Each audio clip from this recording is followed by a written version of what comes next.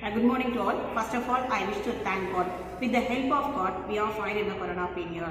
A very warm welcome to our chairman sir, correspondent ma'am, our academic advisor, teachers and students. A very warm welcome to this online session. This is a special day for our St. Paulian family. In this happy day, I would like to share few points about teaching tips. It was very useful for upcoming IBP policy, I think. Once again, I warm welcome to our training platform. Now let us see the points. Idea number 1. Change your vocabulary of teaching. If we teaching the subjects, we should use new and modern different words. Children are not like the yesteryear's learning. For example, last year we taught A for apple, B for ball, C for cat. In this academic year, we are going to teach A for Android, B for Blackberry and C for cherry. Teachers should change the vocabulary.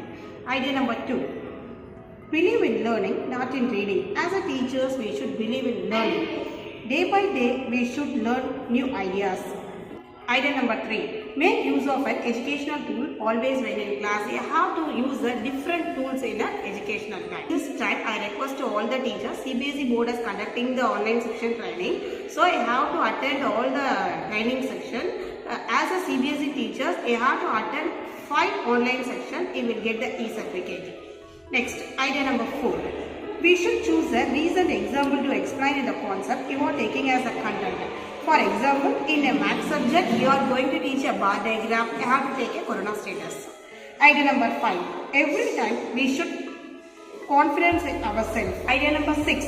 During the class time, praise our children in class time. You should not criticize the children. If you say something, you can say privately. You are conducting during this time, you are conducting the online classes. So, you should convey the word in a positive manner to the children. Idea number 6.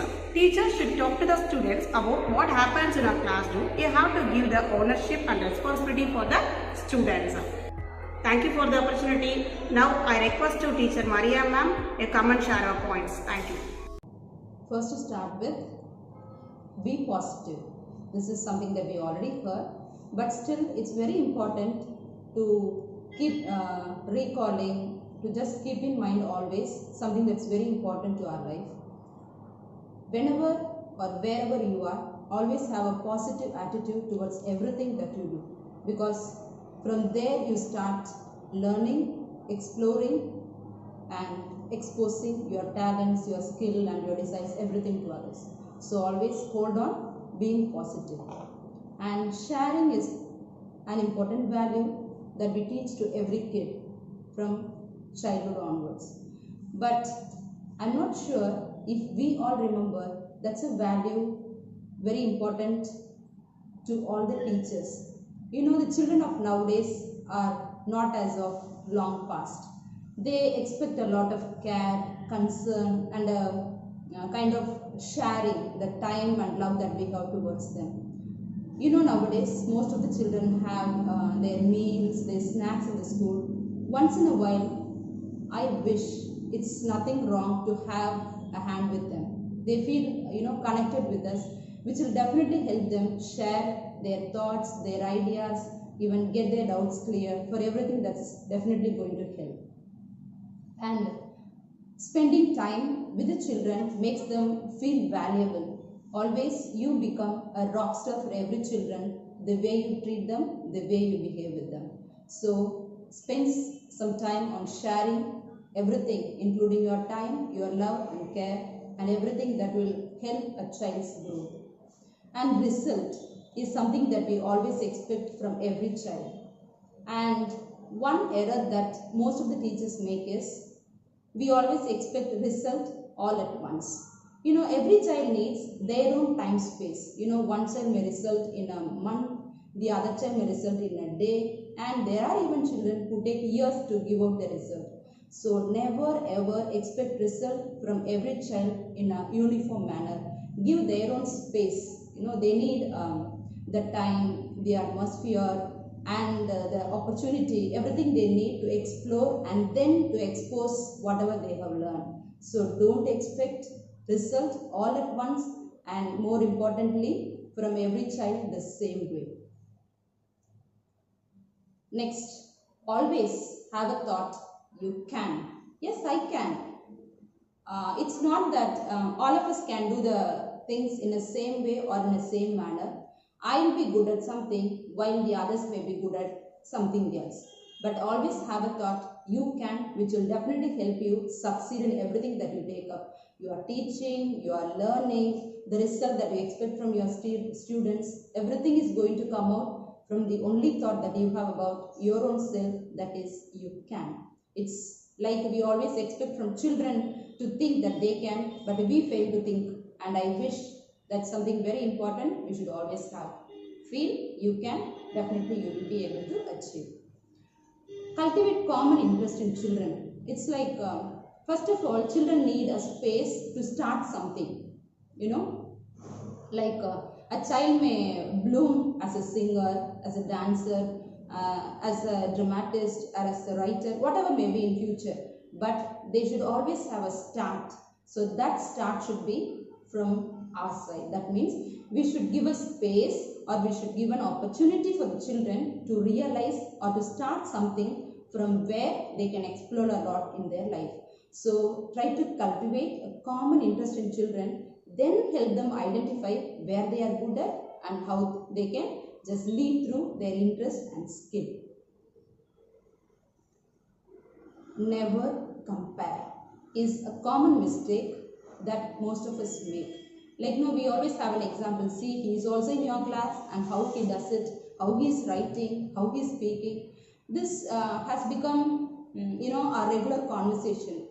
May not be everyone, of course, there are a few, and every child is very important. So even if it is one or two teacher, especially in our community, that's not a right attitude. So never compare children with one another, as we always advise parents, in parents meeting or whenever we happen to see them. When the parents complain, see that child is studying well, he is scoring good mark, when they try to complain to us, we tell them so easily, don't compare, your child is unique. And there are times when we fail to realize our children are unique, and we tend to compare the children based on different aspects. So if that is being avoided, definitely we'll have a space to look into where the child is good, to look into how the child can be improved. So never compare children for anything in the class. Give their own freedom, their own space. And being a teacher, learning is a never-ending process, we all know. So always be prepared to face anything that comes on our way. Sometimes, we struggle a lot to meet situations, to meet parents, to meet a child who is not, usual. For anything that is new, we have a kind of fear, nervousness, and whatnot. So that is not a right attitude. Of course, it's not something easy to achieve. Not everybody can be prepared for everything, but that's one of the most important value for a teacher to be cultivated. So if not now, let's start cultivating a habit of being prepared for everything that comes on our way. For example, we are given a class that we don't handle. For example, like a substitution or something else, and a class that we never handle is given to us. And then we may have a hesitation. What am I going to do with that class? I don't handle any subject. I don't know the children. And there are so many thoughts that just flows into our mind, which gets us stuck. We don't know what to do next. How are we going to handle? So always we should have some value inculcated in us, which can be shared with the children at any point of time. So be prepared for anything that comes on our way, which will definitely make us a happy teacher always. And say no. For what? If you don't know, say no and get ready to learn.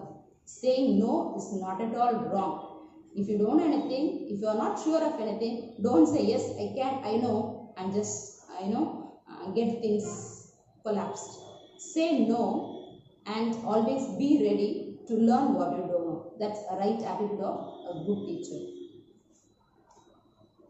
And before anything, before your class, before your week starts, before you start handling the children, before preparing your activity for a child, anything that you do, have a to-do list. That means have a preparation of procedure which will help you to get yourself prepared so well, so that it's going to be very easy to handle the scenario that you are going to be in. For example, tomorrow you wanted to conduct a game, and the whole day I have, so till tomorrow I have time.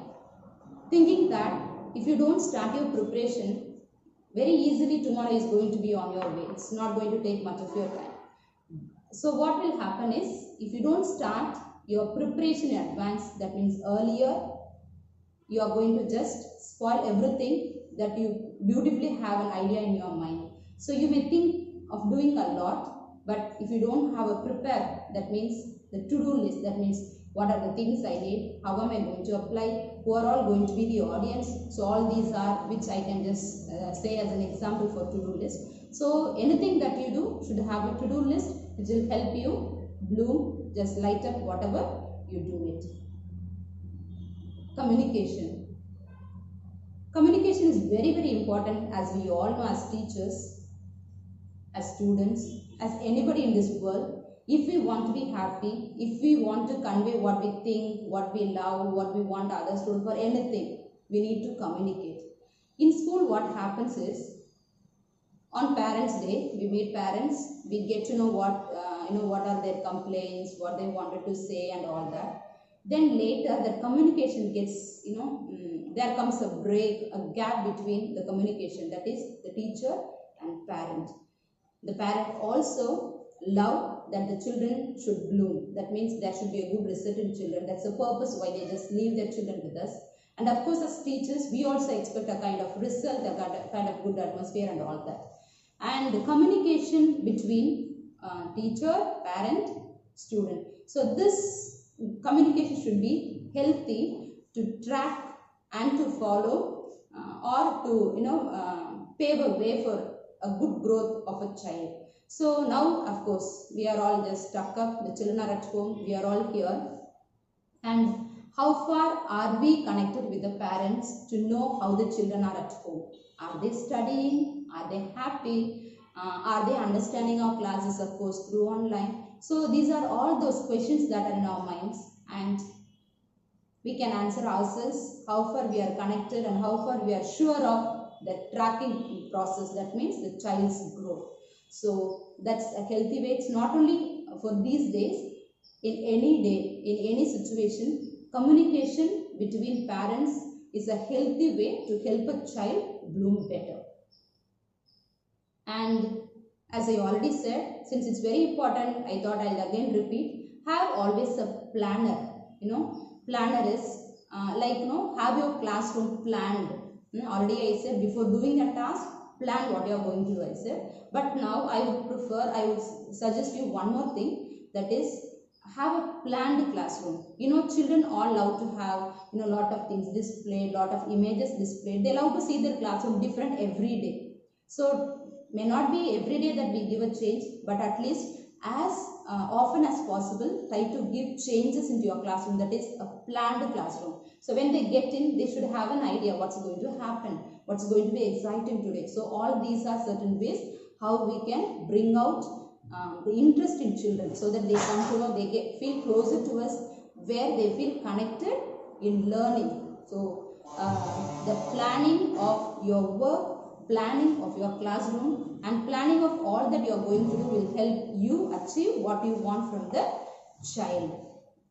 And that will also add a kind of excitement to the child. Every new day, the child will come to school so happily, expecting something new is going to be there that day. The teacher is going to provide them something new, and they are going to have a very, very happy experience. So if that experience, that expectation is there with the children, that will definitely help them learn positively. So always give a kind of, that means keep the children excited about, looking forward to what is next. That will help them get themselves prepared to learn. And gift the students. What can a teacher give as a gift to child, a student? So many things can be given, like give them a space to enjoy learning, give them a space to practice what they have learned, and through all this, make them perfect. But what happens very often is, we expect the child to be perfect, but most often we forget or we fail to give the space where the child will enjoy learning, practice learning, explore what they know. Only then they can become perfect. So give that space as a gift to children, which will just bring them all to the school with a very, very, very happy and positive attitude. And now, compare the students. Just a while back I said, never ever compare. But now I say, compare the students. What do you think this means? Compare a child's growth from yesterday to today and today to tomorrow. The comparison of a child with its own learning space, with its own growth, will help us, find a way to help the child better. Comparing a child with another child is absolutely wrong. Comparing a child with its own growth will definitely be a successful, planner to help the child's growth. So assume that your student is the best one. Okay, always have an attitude. Your student is always best, and what can you do to make your best student a little more best the next day? Yesterday he was good. Today he is very good. Tomorrow he should be the best. So that should be your attitude, and that should be the comparison that you make. Compare the child's ability, the child's growth day by day, hour by hour. You can be also successful. At the same time, initially what I said, result is what the teacher expects, and that result will be there if you compare a child with his own growth and act accordingly in everything that you do. And there are two things which can be avoided, which will bring about a healthy relationship between a teacher and a student. The first one that a good teacher should always avoid is, stop saying to the child, I'll call your parents. And the second thing is, I'll take you to the principal. Of course, calling parents is good to talk about the growth of a child, not always to complain about the child. That should be, a healthy understanding between a teacher and a student, where that shouldn't become a threat to the child. So, if we keep on saying, I'll call your parents, I'll complain to the principal, or I'll send you out of the class, it can be a rare occasion that gives a threat to the child. It shouldn't be a regular practice, and it will be healthy if it's totally avoided. If you love teachers, if you love teaching, if you love your students, if you love learning and teaching, you'll definitely avoid all this, because you will know the pain of learning. At the same time, you will understand the child's pain of learning and the time the child needs to learn, where these will get automatically, removed from our conversation or communication. And what will happen if at all you say that I'll call your parents, I'll call your principal? The child is going to lose the respect and interest that he or she has in you. First, make the child feel that you are important, you are a role model, you are a rock star. If you make them feel whatever you say, whatever you want them to do, they'll definitely do without all this threatening. And next, be a teacher. Okay? There is a saying, teachers are second parents. Of course, there is a limitation for everything. It's not advisable or right to get, so much emotionally connected to the children, where a teacher may fail to understand or observe the lack of a child if they are connected emotionally. So always you should be so loving, caring, sharing. Everything has to happen, and of course for everything there should be a limitation, where the children should feel the love that I have for the child. At the same time, the child should feel the respect that he has to pay for me as a teacher. So always use a positive language, which will definitely bring that respect towards you from a student. And always be win all the time and every time, as a teacher and of course as a student always. Thank you. First, consider your wellness. So always we teachers are very busy in doing certain things. So make sure that you always drink water. Carry your water bottle so that you can have water often, and then never skip your meals. So health is very important for us. So do not skip any of your meals. The second is, never make faces in going for arrangement classes. So if at all we are given alternate classes, we have to take that like an opportunity to interact with the students, to learn something.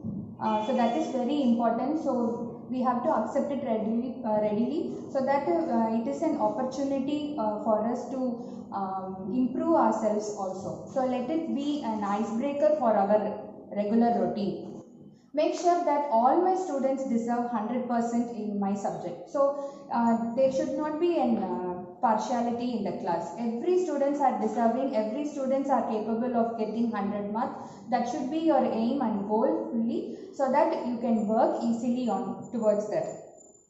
The second one is never go unprepared. So everything, the content, the flow chart, the homeworks, assignments, everything you have to prepare in prior to the class, so that it is it will give you a good confidence, so that you can take your class in a healthy manner.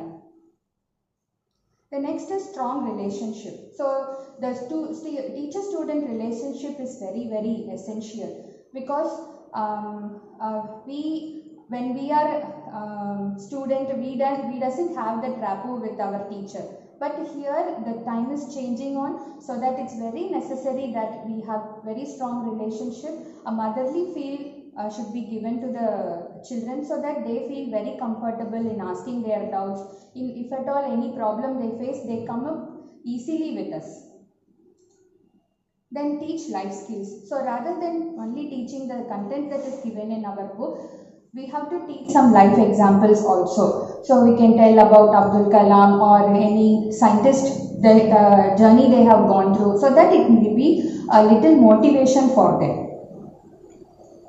And then ask easy questions. If at all you wanted to brainstorm any topic that you have taught previously, or if you want to teach a new topic, make sure that your questions are very easy, so that everybody in the class are able to answer, so that they get an interest towards our subject. So they feel that, oh, this is very easy, so we have to learn more.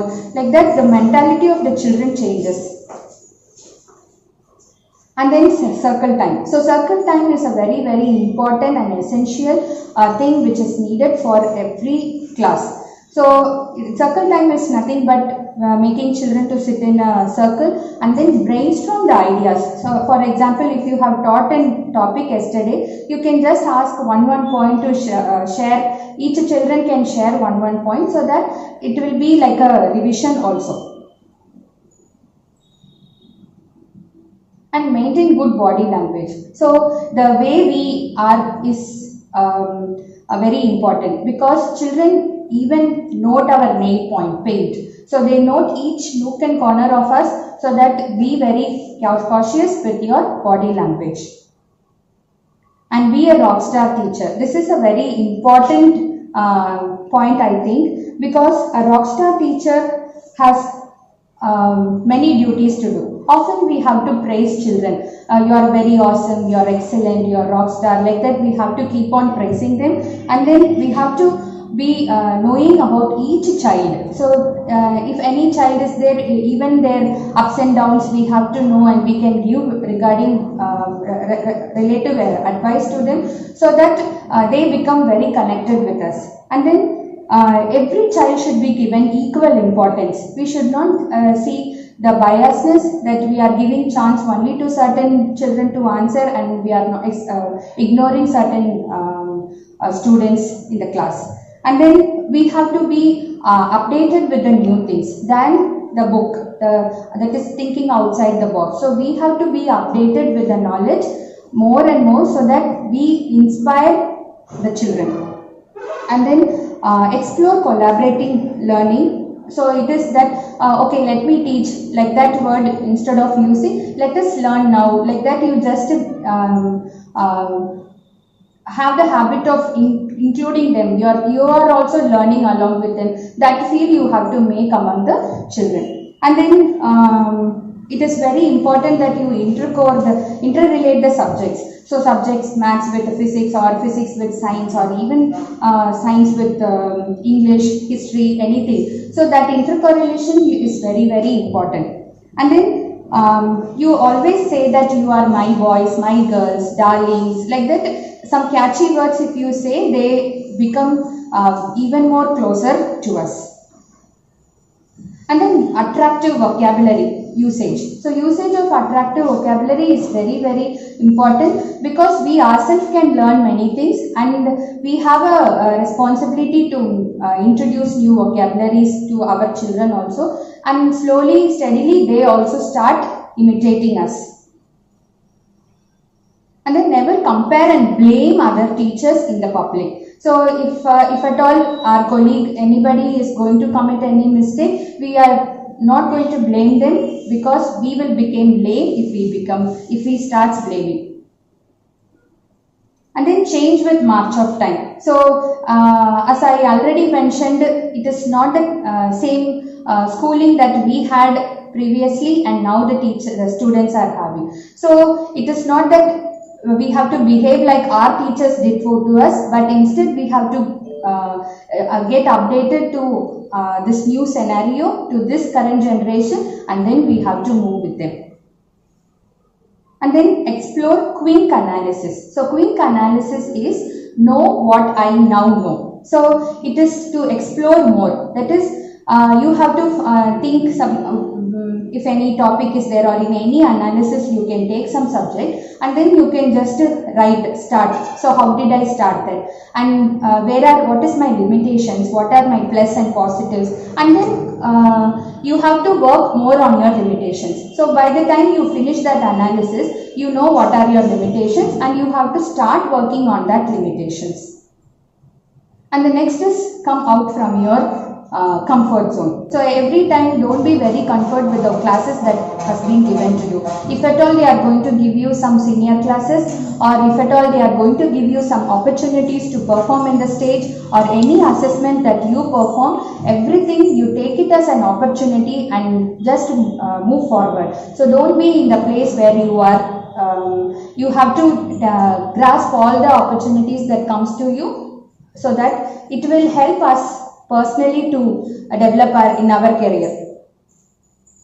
And then thinking positive. So whatever thing happens, say suppose if we have any, there is some problem with our child in our class, so don't have any grudges on them, just take it things easily, so that and also with our colleagues, making a positive vibration among the place where we are, it is making us healthy as well. And then forgive and be free. So don't once again to continue, don't carry any grudge on the children, so that you just instead of that you just think them as a child and then you just say God bless you, or some phrases like that you can just say. And then have a teacher's mailbox. So we have in our school as well, but each teacher, maybe the class teachers can do this. If you can have a teacher mailbox in your class and you can ask the children to share something personal, if you have any, you can put it in the mailbox so that I can read that. Like that you can have a mailbox in your classes. And then last thing to conclude this session, be smart teacher. SMART, S stands for systematic in teaching, then M stands for meticulous in working, and A stands for artistic in presentation, and R stands for realistic in calibration, and T stands for tactful in classroom management. Thank you.